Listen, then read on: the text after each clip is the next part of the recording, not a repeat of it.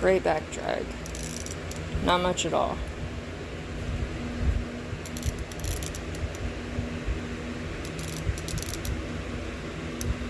Smooth. It's got maybe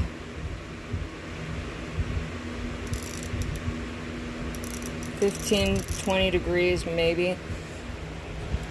I tried to get a 2-lint stubby 3/8 ratchet, and the back drag was so bad it was going almost like, it was definitely going 90 degrees. Sometimes it would go 180 degrees all the way around. But this one, yeah, way better. Yeah, way better. And the profile compared to this Pittsburgh,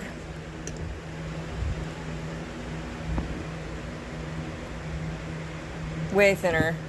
It's pretty almost as thin as this old Craftsman 1/4 inch.